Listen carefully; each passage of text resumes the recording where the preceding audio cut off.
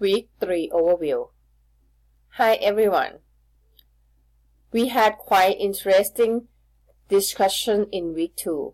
Usually I'll post any significant points in our weekly discussion by Monday. You can always go back to review each discussion forum throughout the semester. I noticed this week some of you post parts of your responses early in the week. This was a good way to get actively involved in the class discussion. Usually I don't do until later in the week because I don't want to intervene group discussions. But because we have a smaller group in this course, I have been posting my comments on Thursday. Feel free to respond to my posts or ask questions related to our weekly discussion. About this week, our reading and discussion focuses on the works every time layout in Chapter 3.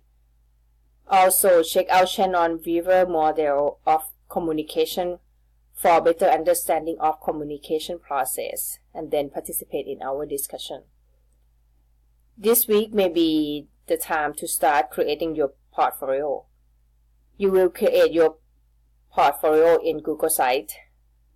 If you created a portfolio for another class or for your ITEC program portfolio, create this portfolio as a separate site, but link it from your program portfolio.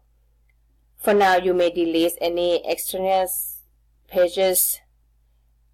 Eventually, your portfolio should contain an introduction page and individual pages for each of the assignments you will post. If you run into problems, seek help by posting on to Google Sites discussion thread.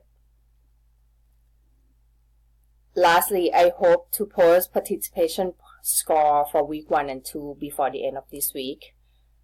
You may check the scores later this week. In general, you should get a full credit if you participate in all weeks 1 and week 2 discussion forums, plus extra points for a self-video introduction. Thank you. Have a good week.